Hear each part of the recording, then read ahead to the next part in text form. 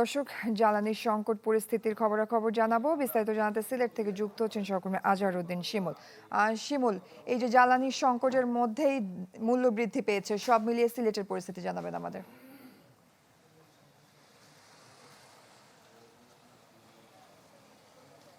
দেখুন, সারা দেশে যখন জ্বালানি সংকট তৈরি হয় আমরা দেখেছি সিলেটের চিত্রটা একটু ভিন্ন ছিল, কিন্তু জয়ী সময় যত যাচ্ছে জ্বালানি সংকটের যে প্রভাব তা কিন্তু পুরো সিলেট জুড়েই পড়েছে।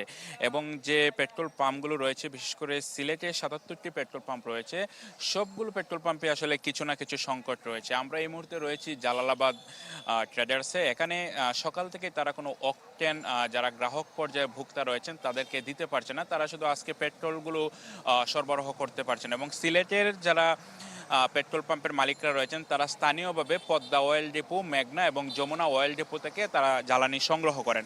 এখন দাম বাড়ার পরেও কিন্তু যে সংকটটি তা কিন্তু ধীরে ধীরে ঘনীভূত হচ্ছে।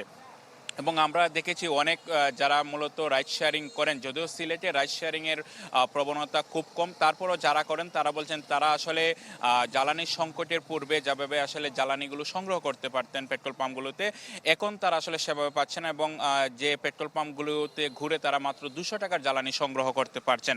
এছাড়া দূরপাল্লার যেসব যানবাহন রয়েছে তাদেরও নানা অভিযোগ রয়েছে, তারা বলছেন তারা রেশনিংয়ের মাধ্যমেও কিন্তু তারা আসলে তাদের জ্বালানিগুলো পাচ্ছে না। এবং নিশ্চয়ই দেখছেন এখানে অনেক মানুষ আসলে অপেক্ষা করছেন, যারা জানেন যে লোডশেডিং এর একটি প্রবণতা রয়েছে কয়েকদিন ধরে, যারা আসলে জেনারেটর ব্যবহার করেন তাদের আসলে অকটেনের প্রয়োজন হয়।